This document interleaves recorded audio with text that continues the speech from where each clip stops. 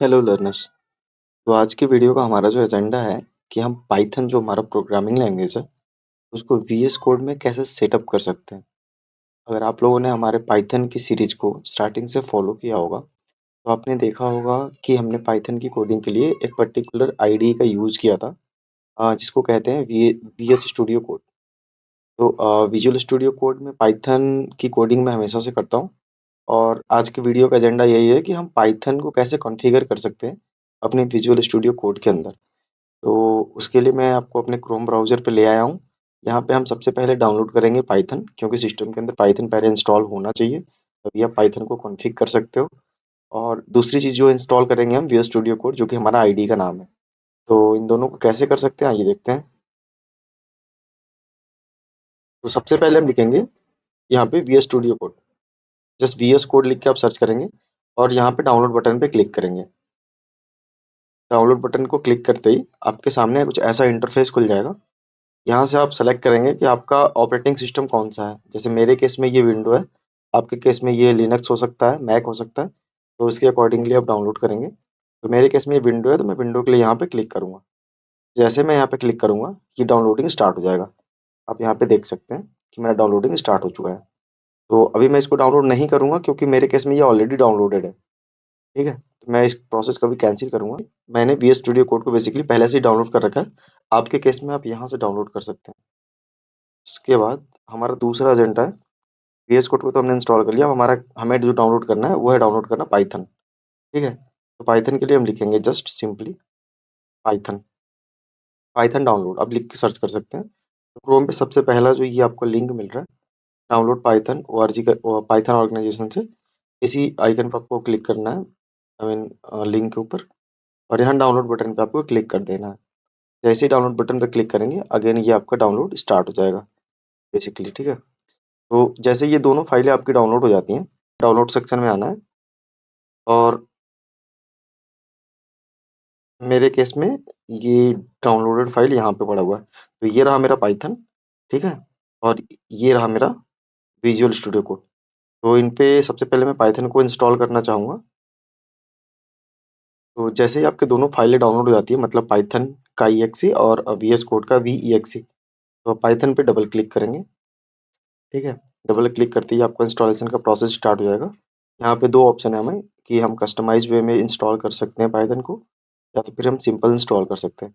तो हम पहले ऑप्शन के साथ जाएंगे, हमने क्लिक कर दिया। अब ये सिस्टम के अंदर पाइथन को इंस्टॉल कर रहा है। तो ये थोड़ा सा वक्त ले लेता है इंस्टॉलेशन में, डिपेंड करता है आपके लैपटॉप या डेस्कटॉप जिसको भी यूज करना है, उसकी कैपेबिलिटीज़ पे। तो एक साथ मतलब हम दोनों को भी चाहे तो साथ में इंस्टॉल कर सकते हैं पैरेलली। और अभी के लिए मैंने क्या किया हुआ है कि मैंने पाइथन को इंस्टॉलेशन के लिए लगा दिया हुआ है। पाइथन हमारा हो रहा है इंस्टॉल, पाइथन का 3.11.3 वर्जन जो है वो इंस्टॉल हो रहा है। तो जैसे ही एक बार ये इंस्टॉलेशन का प्रोसेस कंप्लीट होता है, आपके पास ये पॉपअप खुल जाता है। उसके बाद ये दिखाता है कि आपका जो सेटअप है वो सक्सेसफुली डाउनलोड हो चुका है, इंस्टॉल हो चुका है। तो पाइथन हमारे सिस्टम के अंदर अब इंस्टॉल हो चुका है। तो इस पॉपअप को हम क्लोज कर देंगे।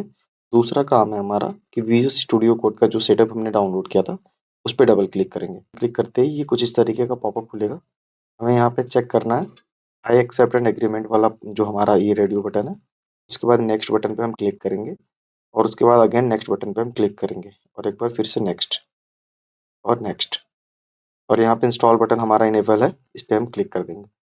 तो ये इंस्टॉलेशन का प्रोसेस जो हमारा VS स्टूडियो कोड का, वो स्टार्ट हो गया। तो एक बार हमारा पाइथन तो इंस्टॉल हो चुका है, एक बार हमारा VS स्टूडियो कोड इंस्टॉल हो जाए, फिर इसको मैं ओपन करके दिखाऊंगा कि पाइथन की फाइल कैसे क्रिएट कर सकते हैं आप VS स्टूडियो कोड के अंदर। और उसके बाद हम एक पाइथन की छोटी सी कोई एक प्रोग्रामिंग लिखेंगे, और उसको हम फिर एग्जीक्यूट करके देखेंगे कि हम कैसे, जैसे भी पाइथन की सीरीज में हम अपना करते थे अब तक, वो कैसे कर सकते हैं। तो पाइथन तो हमारा इंस्टॉल है ऑलरेडी, VS स्टूडियो कोड भी इंस्टॉल हो चुका है। इस फिनिश बटन पे हम बेसिकली क्लिक कर देंगे। तो अब तक हमारे सिस्टम के अंदर VS स्टूडियो कोड और पाइथन दोनों ही इंस्टॉल हो चुका है। तो हम अपने सिस्टम में सर्च करेंगे VS कोड। ठीक है, VS कोड को हम यहाँ पे सर्च करेंगे और ये कुछ इस तरीके से दिखता है। तो इस पे डबल क्लिक करके इसको हम ओपन कर लेंगे। ठीक है, इसको हम ओपन कर लेंगे। तो सबसे पहले जो हमें इंटरफेस दिखता है, कुछ इस तरीके का दिखता है वो। तो यहाँ पे हमें कुछ अलग से इधर आइकन एक्सटेंशन वगैरह से दिए गए हैं। इनका अपना सेपरेट मतलब है, इनको मैं अभी एक्सप्लेन नहीं करने वाला हूँ इस वीडियो में। और ऊपर हमारे कुछ मेन्यू बार है, इनका हम यूज करेंगे अपने प्रोग्रामिंग के अंदर। लाइक फाइल है, एडिट है, सिलेक्शन है, व्यू को रन, टर्मिनल हेल्प। तो इन चीज़ों का बेसिकली यूज है हमारे प्रोग्रामिंग में।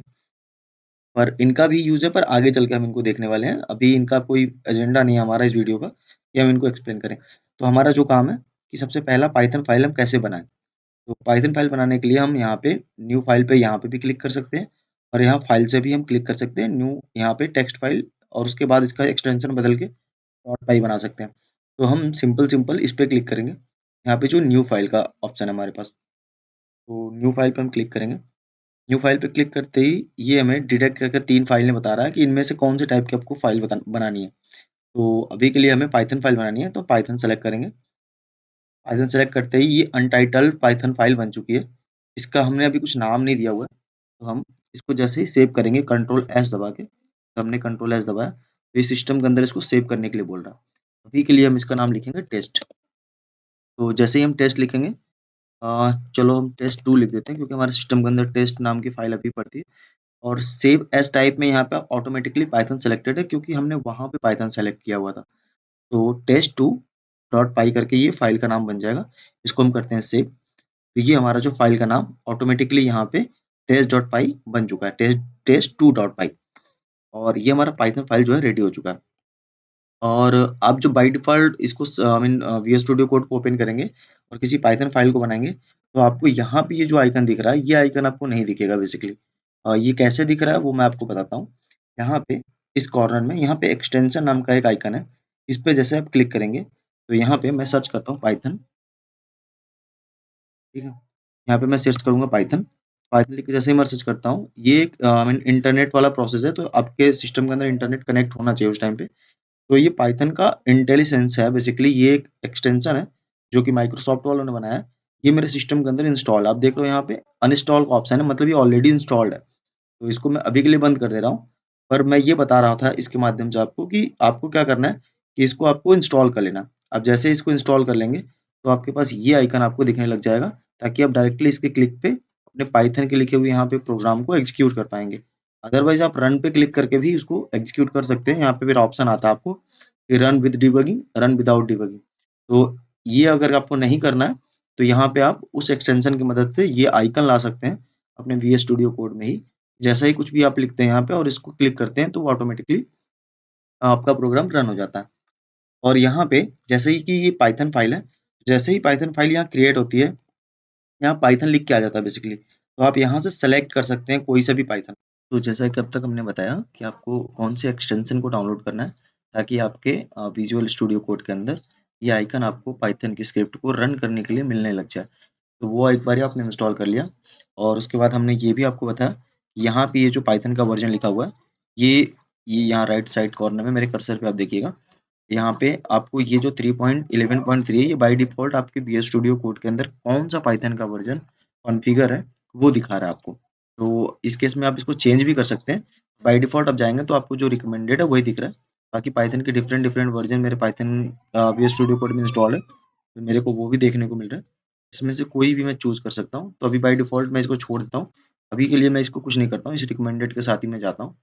और इस केस में अब अगर हम पाइथन की कुछ भी लाइक कोडिंग लिखना चाहते हैं, सबसे पहले एक स्टेटमेंट ही प्रिंट करने की कोशिश करते हैं, तो हम लिखते हैं प्रिंट। और इस केस में इस आइकन पे मैं क्लिक करता हूँ, तो मेरा टर्मिनल यहाँ पे ओपन होता है, प्रोग्राम एग्जीक्यूट होने के साथ-साथ। और ये इस एरर पे आप नहीं जाएँगे, इसको मैं क्लियर कर देता हूँ अभी के लिए।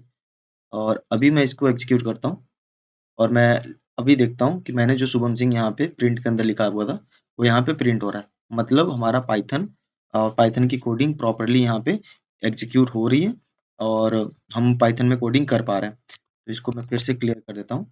और तो ये था हमारा बेसिकली पाइथन की कोडिंग वीएस स्टूडियो कोड के अंदर हम कैसे कर सकते हैं। तो इंस्टॉलेशन से लेकर के यहाँ तक का प्रोसेस अगर आपने अच्छे से समझा है, तो आप कंप्लीटली पाइथन को कॉन्फ़िग कर सकते हैं विजुअल स्टूडियो कोड में। Thanks for watching.